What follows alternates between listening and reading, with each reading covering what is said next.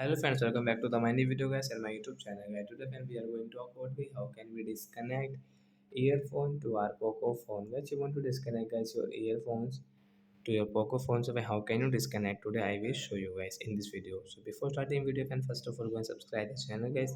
Click the bell icon and like the video. First of all guys, we will on our phone setting to disconnect. After on phone setting guys, scroll it. As you can see guys, your Poco phone guys, your Bluetooth setting. So guys, click on your phone Bluetooth setting guys. As you can see guys, we have connected guys this ubon company earphone. So right side tap here guys, you can see unpair option guys, tap here to disconnect, then it will disconnect guys, and we will of our phone setting means Bluetooth setting. So like that guys, we can disconnect our earphones to our Poco phone. So that's it guys, thanks for watching the video guys. We will meet on next video with new topic. Before going guys, please comment, like the video, subscribe the channel. Thanks for watching the video. Bye guys.